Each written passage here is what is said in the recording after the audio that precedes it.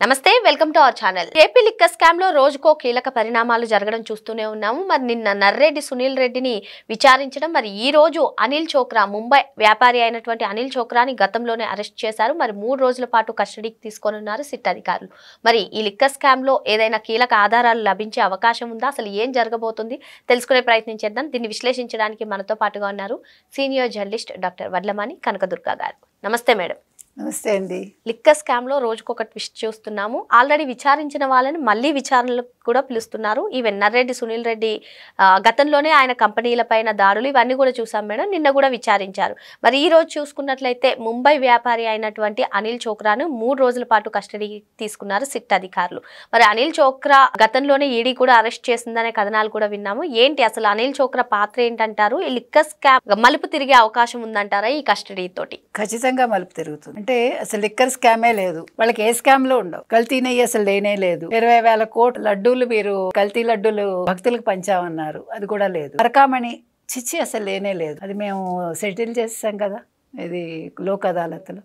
మీరు ఫస్ట్ అసలు ఎందుకు స్టేట్మెంట్లు ఇస్తారు? తప్పు చేసిన వాడు నోరు మూసుకుని ఉండాలి.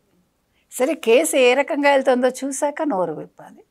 ఇవాళ ఈ అనిల్ చోక్రా అనే అతను A49. ఇతను గతంలో 2 సార్లు ఎన్ఫోర్స్మెంట్ డైరెక్టరేట్ అతన్ని అరెస్ట్ చేసింది. మనీ లాండరింగు, తర్వాత లేయరింగ్కి సంబంధించి, హవాలాకు సంబంధించి.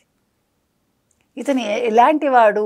అసలు అనిల్ చోక్రాని ఎందుకు అరెస్ట్ చేశారు అంటే, ఇతని నిన్న ముంబైలో అరెస్ట్ చేశారు. ఠాణేలోని బేలాపూర్ కోర్టులో ప్రవేశపెట్టారు. అక్కడి నుంచి ట్రాన్సిట్ వారెంట్ మీద విజయవాడకి తీసుకొస్తున్నారు. సో 3 రోజుల విచారణకు కోర్టు అంగీకరించింది. ఈయన ఏం చేశాడంటే 35 డొల్ల కంపెనీలు పెట్టి వాటి ద్వారా ఈ మనీ లాండరింగ్ చేయడం. అంటే మీకు ఈ వచ్చిన మొత్తాన్ని, ఈ మద్యం మొత్తాన్ని అంతా కూడా వీటి ద్వారా పంపించి మనీ లాండరింగ్ చేశాడు. అంటే బ్లాక్ని వైట్ చేస్తారు మనీ లాండరింగ్. మనందరం కూడా ఒకప్పుడు, నేను కూడా చిన్నప్పుడు బ్లాక్ మనీ అంటే బ్లాక్గా ఉంటుంది అనుకునేదాన్ని. చాలామందికి అలాగే ఉంటుంది కదా. బ్లాక్ మనీ అంటే మనకి ఏం తెలుసు? దొంగతనంగా పెట్టుకుంటారు, ప్రభుత్వానికి తెలియకుండా దాచుకున్న సొమ్ము అని తెలియదు కదా. ప్రతి వ్యాపారి దగ్గర ఈ బ్లాక్ మనీ ఉంటుందట. సో ఇతన్ని ఇంకా ఏం చేశాడంటే అసలు, అంటే మనుషులు, నేను జగన్మోహన్ రెడ్డి దగ్గరికి వస్తా ఒకసారి ఈ విషయాలు చెప్పేశాక. అయితే వీళ్ళు ఏం చేశారంటే, గత ప్రభుత్వ హయాంలో అత్యధికంగా వీళ్ళు మద్యం సరఫరా ఆర్డర్లు దక్కించుకున్నారు. అంటే దక్కించుకున్నది ఎవరు? అదాన్ డిస్టిలరీస్, SPY అగ్రో ఇండస్ట్రీస్, లీలా డిస్టిలరీస్. ఈ సంస్థలు ఏం చేశాయంటే, రాజ్ కసిరెడ్డి మనకు తెలుసు A1, తర్వాత ముప్పిడి అవినాష్ రెడ్డి A7, వీళ్ళ నియంత్రణ, వీళ్ళ పర్యవేక్షణలో ఇవన్నీ ఉండేవి. ఈ 3 సంస్థలు కలిపి మొత్తం 77.55 కోట్లను ముంబైకి చెందిన Olvik multi ventures private limited, అంటే అది A11గా ఉంది. తర్వాత Naisna multi ventures private limited A13, Vishal enterprises A19 వంటి డొల్ల కంపెనీల ఖాతాల్లోకి మళ్లించారు. ఎంత మళ్లించారు? 77.55 కోట్లు. ఈ సంస్థలన్నీ అనిల్ చోక్రా నిర్వహిస్తున్నవి. 2వ దశలో ఈ నిధులు మరో 32 డొల్ల కంపెనీల ఖాతాల్లోకి ప్రవేశించాయి. అక్కడి నుంచి వివిధ రూపాల్లో ఆ సొత్తు వైకాపా ముఠాకి చేర్చేవారు. ఎక్కడ ఆడిట్కి దొరకకుండా, నేరం గుట్టు బయటపడకుండా బహుళ అంచెల్లో నిధుల మళ్లింపునకు పాల్పడినట్లు సిట్టు గుర్తించింది. ఇంకా ఏం చేశారు? అనిల్ చోక్రా ఏం చేశాడంటే, ఇందాక మనం చెప్పుకున్నట్టు ఈయన నియంత్రణలో 35 డొల్ల కంపెనీలు ఉన్నాయట. సో అది సిట్ ఆల్రెడీ గుర్తించింది. నకిలీ పేర్లు, డమ్మీ డైరెక్టర్లతో వీటన్నింటిని ఆయనే ఏర్పాటు చేసి నిర్వహిస్తున్నాడు. ఆ తర్వాత తప్పుడు పత్రాలు తయారు చేసి మోసపూరిత బులియన్ ట్రేడ్ లావాదేవీల ద్వారా మనీ లాండరింగ్కి పాల్పడినట్లు గుర్తించింది. వీళ్ళు గత 13 రోజులుగా ముంబైలోని వివిధ ప్రాంతాల్లో వీళ్ళంతా కూడా సెర్చ్ చేశాక అప్పుడు ఈ సిట్టు బృందాలు ఈ కీలక ఆధారాలు సేకరించి అనిల్ చోక్రాని అదుపులోకి తీసుకున్నాయి.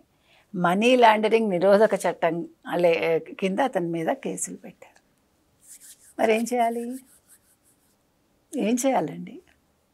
అంటే అంచెలంచెలుగా ఇక్కడ ఈ కంపెనీల్లోంచి మళ్ళీ ఆ కంపెనీల్లోకి, ఆ కంపెనీల్లోంచి మళ్ళీ మీకు, మీ నుంచి మళ్ళీ ఓ 10 మందికి, మళ్ళీ ఆ 10 మంది రాజకసిరెడ్డికి, రాజకసిరెడ్డి మిథున్ రెడ్డికి, మిథున్ రెడ్డి తీసుకెళ్ళి పాపం అమాయకుడైన అంతంత మాత్రంగా ఉండే జగన్మోహన్ రెడ్డికి.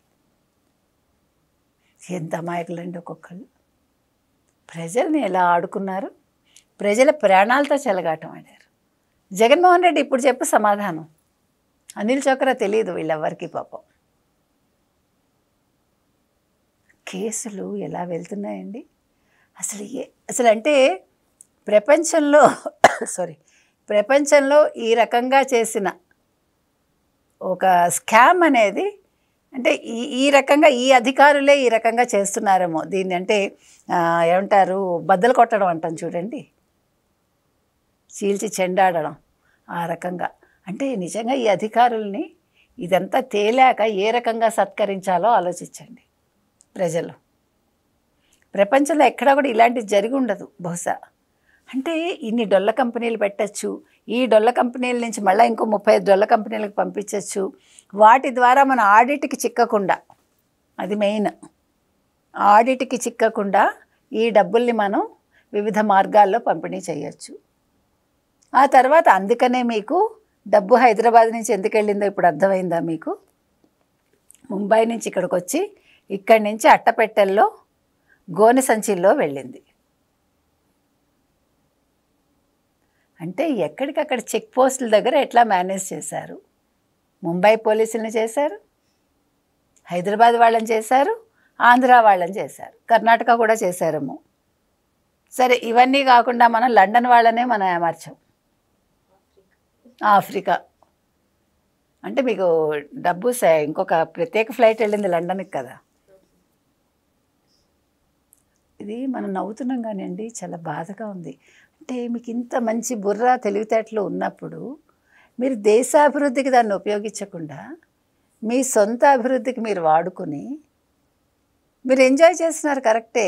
ఇప్పుడు ఈ డబ్బులన్నీ సీజ్ చేసేస్తే మీరందరూ రోడ్డు మీదగా వస్తారు. మన ఐబొమ్మ రవిని అయితే మీరు ఏమన్నారు, ఎన్కౌంటర్ చేసేయమన్నారు. మరి వీళ్ళందరినీ ఏమంటారు? నేను అంటున్నది ఎన్కౌంటర్ ఎవరిని చేయమని మనం చెప్పం, వద్దనే చెప్తాం. ఎంత చెడ్డవాడైనా చంపమని మనం చెప్పం. వాళ్ళలో పరివర్తన రావాలి. పరివర్తన రావడానికి ముందు మీరు వాళ్ళ దగ్గర చిల్లి గవ్వ లేకుండా చేయాలి. Let them come to road మీదకి రావాలి. మళ్ళీ స్క్రాచ్ నుంచి వాళ్ళు మొదలు పెట్టుకుని అప్పుడు వాళ్ళ జీవితాన్ని మొదలు పెడితే, వాళ్ళ జీవికాన్ని మొదలు పెడితే అప్పుడు తెలుస్తుంది వాళ్ళకి. అంతకంటే శిక్ష అవసరంలా. జైల్లో పెట్టండి. జైల్లోంచి వచ్చాక వాళ్ళ దగ్గర రూపాయి ఉండకూడదు. వాళ్ళు ఫస్ట్ ఏ రకంగా ఉన్నారో అదే రకంగా వీళ్ళని చేయడానికి మీరు చట్టాలు మార్చుకోండి. వచ్చి శుభ్రంగా వాళ్ళు 5 స్టార్ లెవెల్లో బతుకుతూ మీసం మెలేస్తూ, అది తప్పు కదా. అందుకనే వీళ్ళు దొంగతనాల్లో చేయగలుగుతున్నారు, లేదు ఇలాంటి దొంగ పనులు చేయగలుగుతున్నారు. మీరు అక్కడ నిరోధించమని మనం ప్రభుత్వాలను అడుగుతున్నాం. మరో అంశంతో మళ్ళీ కలుద్దాం. Thank you madam. Thank you. బాగానే వచ్చింది.